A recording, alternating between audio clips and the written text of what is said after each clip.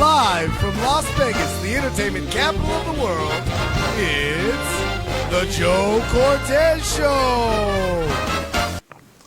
Well, welcome to the Joe Cortez Show here in Las Vegas, Nevada, the entertainment capital of the world. Today we have special guest by the name of Vanessa Stegall, who's a client at Opportunity Village, along with the marketing director, Aston Ferguson, along with my co-host, Delynn May. We're going to be talking about a topic that hardly you ever hear about. Individuals are at an institution where they have all kinds of disabilities and trying to move forward. And Vanessa is an individual who has so much talent. And when I met her a while back, Delynn and I at the Opportunity Village, we were really impressed with her talent on sports and so many things in life, and how she just got involved with so many things in school and found that she had some hidden talent working with sports. Can you tell us, Vanessa, a little bit about your background? Well, my background is I first got an interview opportunity at Camelot 2 years ago with the Vegas Golden Knights. Brian Killingsworth, the chief marketing officer, invited me to their practice facility, City National Arena, to interview the inaugural team, which included rink-side interviews with goaltender Marc-Andre Fleury, Alex Tuck, Brad Hunt, William Karlsson, Riley Smith. Why do you get so excited about Riley Smith? He's my favorite player, and I kind of have a not-so-secret crush on him. Oh, now we see it. Yeah, so much so that I pulled the Taylor Swift and wrote a song about him. Wowzer.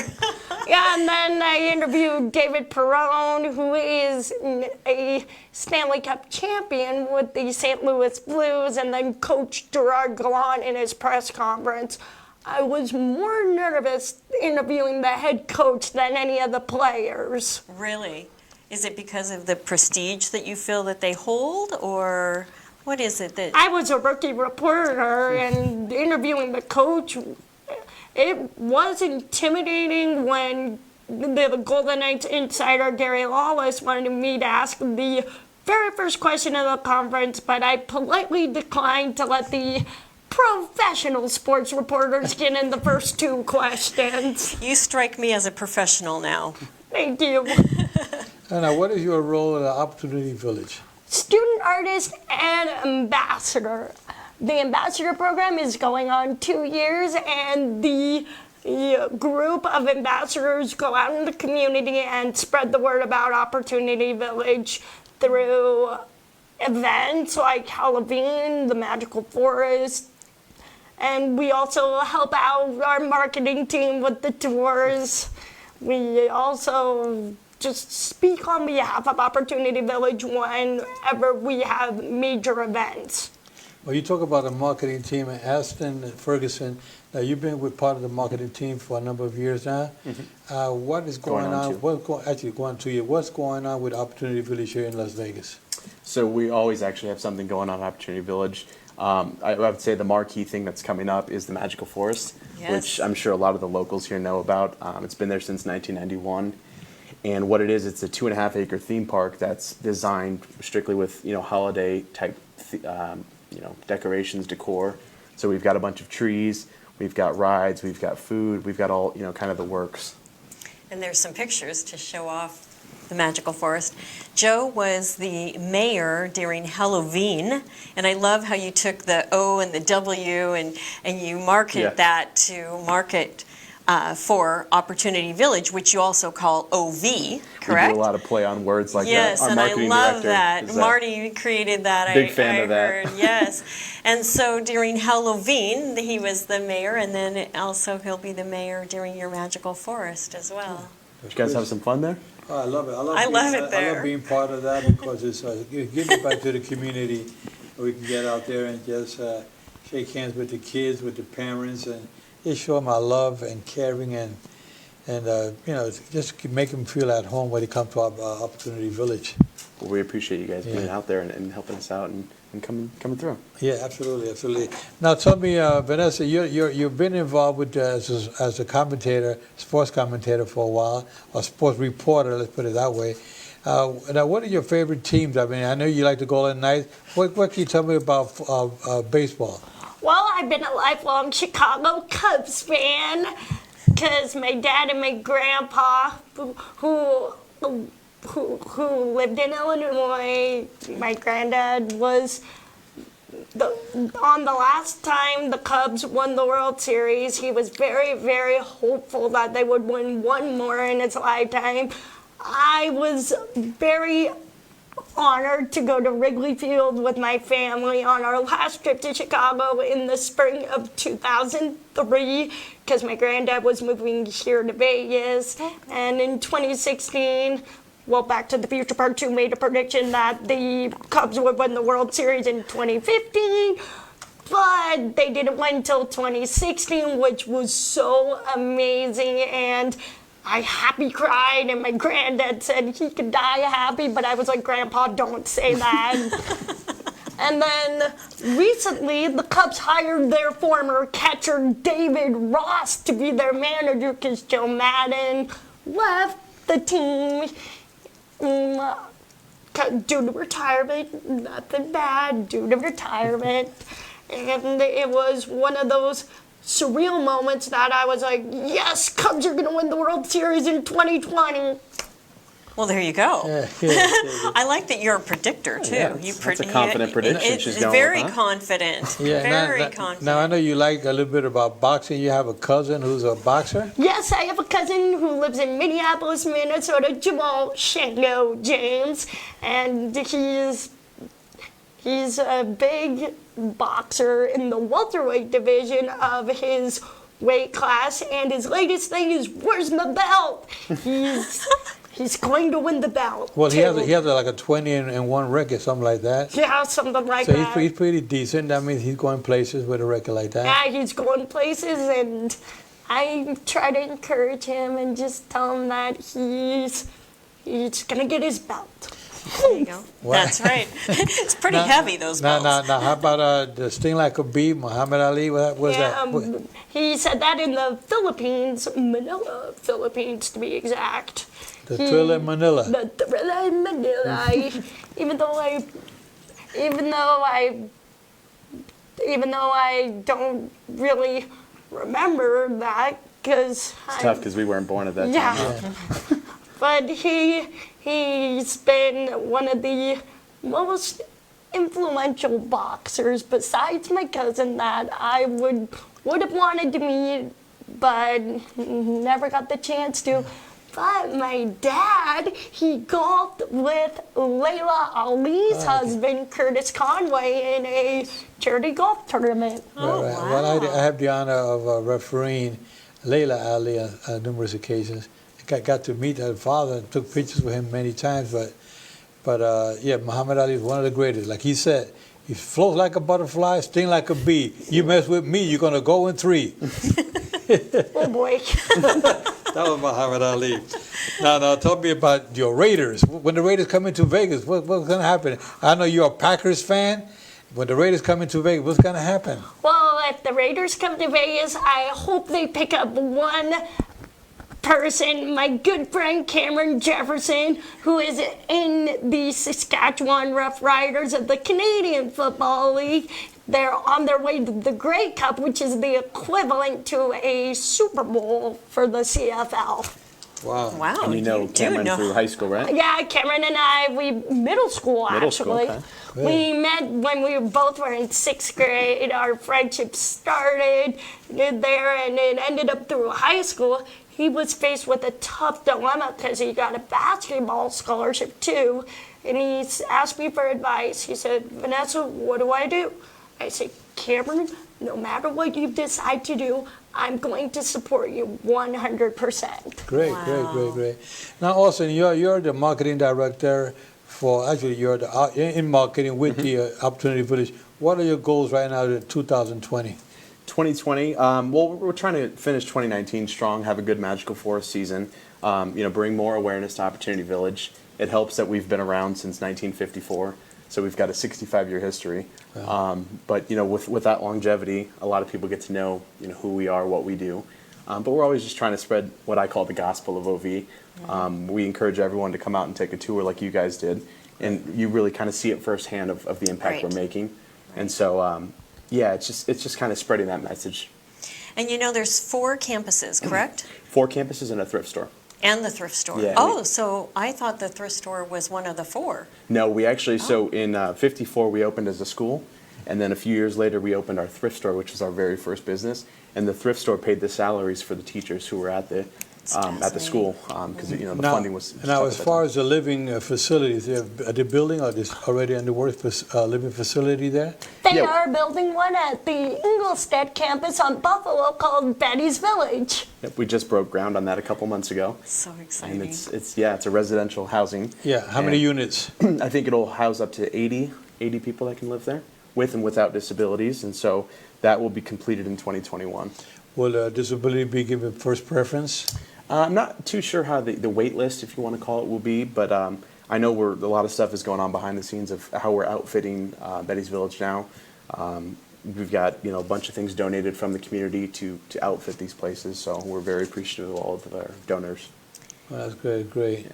When I was in Adam's office preparing for this interview that we're doing today, he was sharing with me the shovels that were used, and they had been decorated, or the artwork that's on these shovels was done by clients. Is that correct? Yeah, we have a fine arts program at our Ingolstadt campus, which she goes to 2 days a week. 2 days a week, Wednesday, Thursday. We not only have an art studio, we have music, dance, and theater. Really? Yeah, and a which wood one shop. do you and wood shop? And wood shop.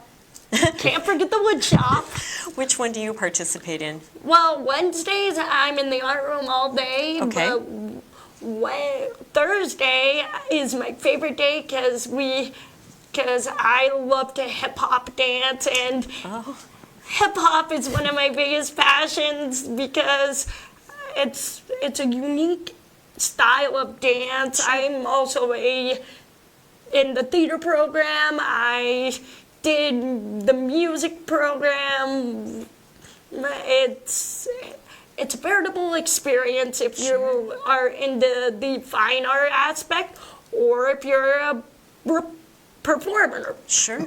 Our performing classes are really, really fun, but it can get hectic at times. But no matter how hectic my schedule gets, I just remember to keep moving forward. Good. More people should think like that.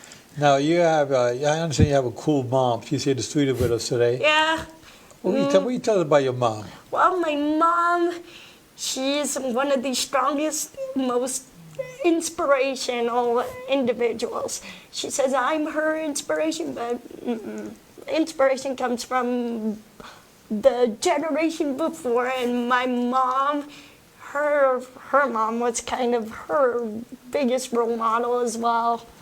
And I think my mom has supported me through every up and every down in my life, and I've supported her. And I'm so thankful to my mom for being who she is and instilling who I am, because looking at life through both of each other's eyes means our bond is strong. I think of it as a magnet. That saying opposites attract? Well, my mom and I, we have the magnetized force of 2 strong individuals. Oh, wow. Yeah, I would say so. Very well said. I think you're an inspiration to a lot of people out there. Thank you. Yeah. She got me emotional. Oh boy. That's what I was thinking. Oh boy. So, Vanessa, tell us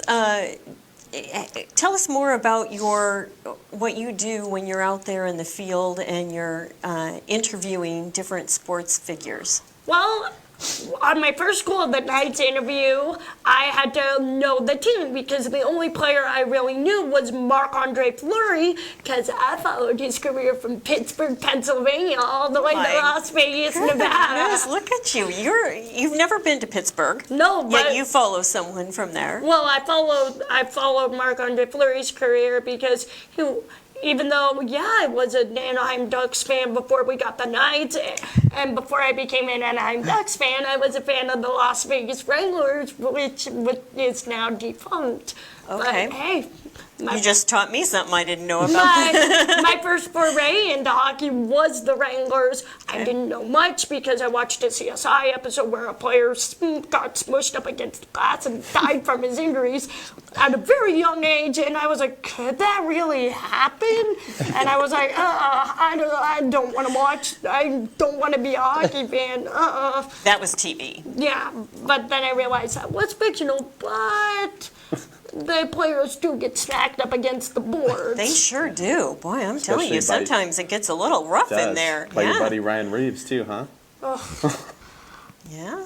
But I did research so I could put players' faces to their names. Okay. And the one thing I found out is that Marc-Andre Fleury is very, very superstitious. He never Really? lets anybody interview him before the game. Did you get to? I interviewed them before the game. They were playing the New York Islanders and they lost. They and lost. I took the Ooh. loss. But you got to do something that no one else. How great is that? It was a great opportunity, Yes. and before the home opener this year, I got to interview defenseman Nate Schmidt and Riley's linemate Jonathan Marchessault. Wow. Yeah, I made Nate Schmidt laugh because I asked him how many goals he thinks he's going to score through the season. He said probably 10. I said, how about 88 goals? 88? That's his jersey numbers, so I made him laugh. He one down, 79 more to go. You're great. I love that.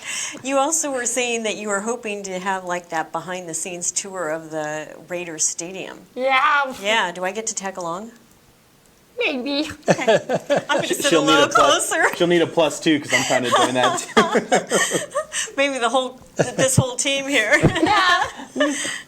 I see a bright future for you in that field for sure. Yeah, Yes. I really want to follow in the footsteps of my sports reporting idol, Aaron Andrews. Start out at ESPN and then work my way up to Fox Sports and maybe learning a trick or two from her. There you go. That's great. And a female role model. That's great. Yeah, my mom's not the only female role model in my life. I'm the middle child of 3, so I have 2 amazing influences in my life. And my older sister Kelsey and my younger brother Trevor are 2 of the most supportive siblings I could ever ask for.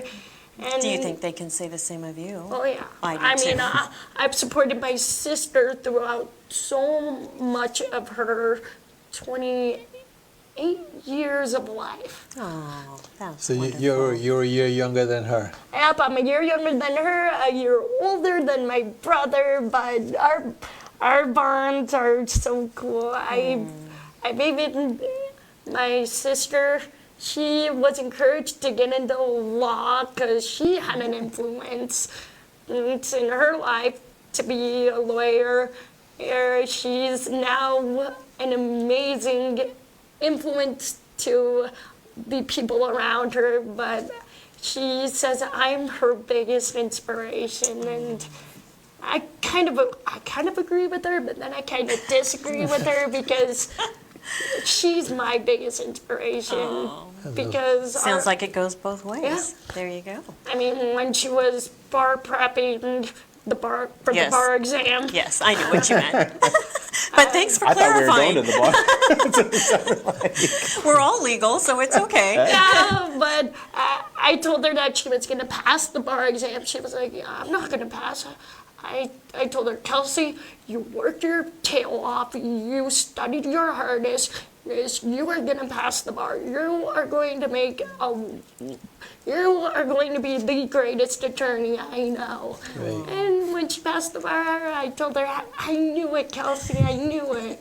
She said, thanks for your vote of confidence, Vanessa. And I tell her every day that no matter how hectic our lives get, no matter how much stress she's gone through at work, whenever I call her, text her, I just tell her that she's amazing at what she does, and she tells me that one day she'll tell me that my dream is not too far out of my reach. Oh, no. I mean, I want to clump together all the interviews I've done and send it to Bristol, Connecticut, the headquarters of ESPN, and hopefully somebody will notice. That's Well, true. hopefully, That's maybe true. you can send me a copy of that, and I can get it to the right hands. There we go. I've worked with ESPN for a number of years, so I would love to maybe make contact and introduce you to them somehow. Oh, Should we take him up on that? Joe, Yeah, would you please put my audition reel into good I'll hands? get in the right hands for sure. Yeah, that's for sure. Now, also tell me a little bit about the fundraising and your foundation. How do people can make donations towards your Opportunity Village? Sure. So we're actually, as an organization, we're over 70% self-funded, which is quite the opposite of most nonprofits in the country. It's kind of flip-flop.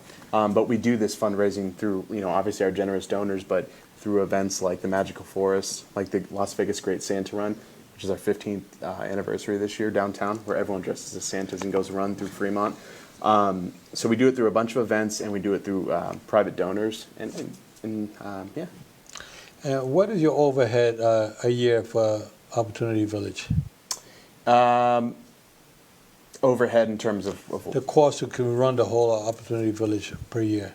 I don't know the exact numbers for that, but I do know that all the clients that come to Opportunity Village, which is nearly 2,000, don't pay a dime for our services. And through the fundraising and the government, we are able to do that. Okay, now the facility that you have, the main facility, the big one, that's how many thousand square feet is that? I don't know the square footage, but that was, the one you're talking about is our Ingleside campus, which is on Buffalo and Patrick. Yeah. I think that was built in 2010, I want to say. Does that sound right to you? Roughly. Roughly. Okay, and that's our newest one. We actually just underwent a major renovation at our Okie campus, which is the home to the Yes. Magical Forest. So I don't know if you guys I don't know if you checked that out when you were there the last time. We've toured both of Did you? them. Okay. Yeah, so that was a major and much needed upgrade to that facility for the program spaces for all of our clients, and just kind of bringing it into the 21st century and making it more modern. Yeah, we walked around, Dylan and I, and we were introduced to some of the clients there, and some of them, I don't know for what reason, but they followed me from boxing. A lot of them knew me as a referee, so that was very touching, and I really appreciated that. But I saw them doing work there. They do a lot of things for hotels, like they do the cups preparing for the hotel rooms. They put the sugars, the spoons, and all the little packages that you find for your coffee set up in your rooms. They do a lot of things for hotels, and I was pretty inspired by that, you know. A lot of things in the hotels, as you were saying, a lot of them, it's called our Assembly Authority. Yes. And so inside our Employment Resource Center, which is a training facility, a lot of our clients will do all the packaging for these. So every time you stay, some of these properties on the Strip, when you have your K-Cups and your sugar and your creamer and your stir, that was all packaged by Opportunity Village. Yeah, and that's why also you have your baking facility. There were bakers there making cookies as That well. was my favorite part. Did you guys get a little snack when you left? We Yeah. did. All right. We did. Yeah, that was pretty impressive. I mean, I just see that you guys are doing so much there. I mean, I'm really inspired by what you guys are doing, and we want to keep the word out there about Opportunity Village, especially with Vanessa, who we got to love so much now for her caring ways and her intelligence when it comes not only sport but life itself, the way she's Yes. helping her sister out, her brother. And she's just an inspiration to them. She says they're an inspiration to her. I think the whole family, it all starts with the mother and the way the mom is with her. You got a cool mom. Not to quote the line from Mean Girls, I don't have a regular mom. I've got a cool mom. That's Yeah, right, there you you do. go. That's good, good. And I was going to ask you, are you going to be at the Santa Run? Are you going to be wearing one of those Santa outfits? No, I'm not wearing one of those Santa outfits because I tried wearing it one year and it was, how do I put this without tripping the sensors, uncomfortable as heck. Oh, okay. Okay, well that was well done. You didn't trip any sensors by that. So, well, I'm thinking I'm going to wear one because I'm going to participate. Well, the Santa Run is Yes. not just a run. You can walk Well, I as well. intend to walk. I don't intend to run. I'm not a good runner. I want to Neither am run. I. Yeah. Joe's going to do the 5K. Yeah, but Joe's going to run. I want to run. That's what he says, so All right. we'll hold him to it. The 1 mile or the 5K? I may do the 5K, maybe the 10K if they got one. There you go. Do the 5K twice. That's right. That's right. So, in fact, I'll connect with Adam about that later Please today. do. Now we've got that on film. It's honestly a really great time. There's Yes. nearly 10,000 people are down there. Bunch of them, or most of them in Santa suits, and it's just a really great time. And all it's of the supposedly a proceeds. surprise guest. Yeah, we have a grand marshal there. We've Yes. got a bunch of entertainment. We've got an after party, which you can go and watch a bunch of live entertainment. We've got food, drinks, trucks. We've got it all. So, and, the best part is all the proceeds. go to Vanessa, Opportunity Village. you want to say something? Go ahead, say it. Yeah, I just wanted to say that during the during the pre-show for the Las Vegas Great Santa Run, our all Elvis dance troupe, the OV Elva, I put on a show. Oh, wow. Okay. Well, that's a good reason to be out there early, right? Yep, to see the OV Elva perform. Do you know I what like songs it. you guys are doing? I'm not in the OV Elva, Ashton. Oh, okay. So she doesn't No. know. Okay. Not an Elvis fan or what? I am an Elvis fan, but I wouldn't call myself a diehard Elvis fan. Okay, you like hip hop, I understand. Yeah, I love hip hop, and oh man, I know where you're going with this. Go ahead, tell us. I'm all smiley because every so often the Aussie Heat from the Planet Hollywood teach master classes. Wow. Now, when we walked in, you were carrying a little. Oh, Star cinnamon Wars. bun lip smacker Tsum Tsum. My work anniversary is actually on National Star Wars Day, May the 4th. 2012 was when I started as a student artist. But Ashton and I, we go way back. We do. Was that before you started OB? Did I meet you then? Yeah. Yeah. No, it was during my time, but before you started. Way before. So we actually know each other through her cousin, who I went to college with. And so one day I think her 22nd birthday, maybe 21st. Graduation party, perhaps? One is one of those parties, Okay. but I met Vanessa. Okay. Yeah. And I kind of talked up Opportunity Village, Did. and now look at You it. sold it. Oh, that's wonderful. See? Yeah. That's called networking at its finest. She was an ambassador before the No. formality was, Yeah. actually installed. Yeah, I was one of the. Well, when I was talking Opportunity Yeah. Village up to you, I said it's a really fun place. You get to spend time with a lot Absolutely. of cool people, which I True. still stand by. Yes, it's true. It's It very is true. I mean, Yes. I'm actually a Vegas native. Yes. Which is kind of crazy. I should have like a unicorn horn, but Because there aren't many of no, you. there really aren't many of us. And so I've seen this town change quite a bit in 30 years, but I've always, even since I was a child, knew how important Opportunity Village was to the community. And that's not like blowing smoke. That's just Right. the honest just assessment of everything. Everyone knows about Opportunity Village, and they should, because it's such a good thing for this community and for the country. Everyone should have something like it. Right, absolutely. I agree completely. Well, I can tell you one thing is that by meeting Vanessa and spending some time with her a couple of weeks ago, and here we are this afternoon talking about your goals and what you're doing with your sports as a reporter and what's going on behind the scenes with Opportunity Village. It goes to show that you guys really have something good going, but we need our viewers out there to get more involved and help out and give to Opportunity Village. Come on by to get a tour, set up a tour date. But is there any time for any particular tour? Anytime. Volunteer your time as well, because our campuses could use a lot That's of true. your guys' volunteerism. I think we're in sync, because I was going to bring that up too.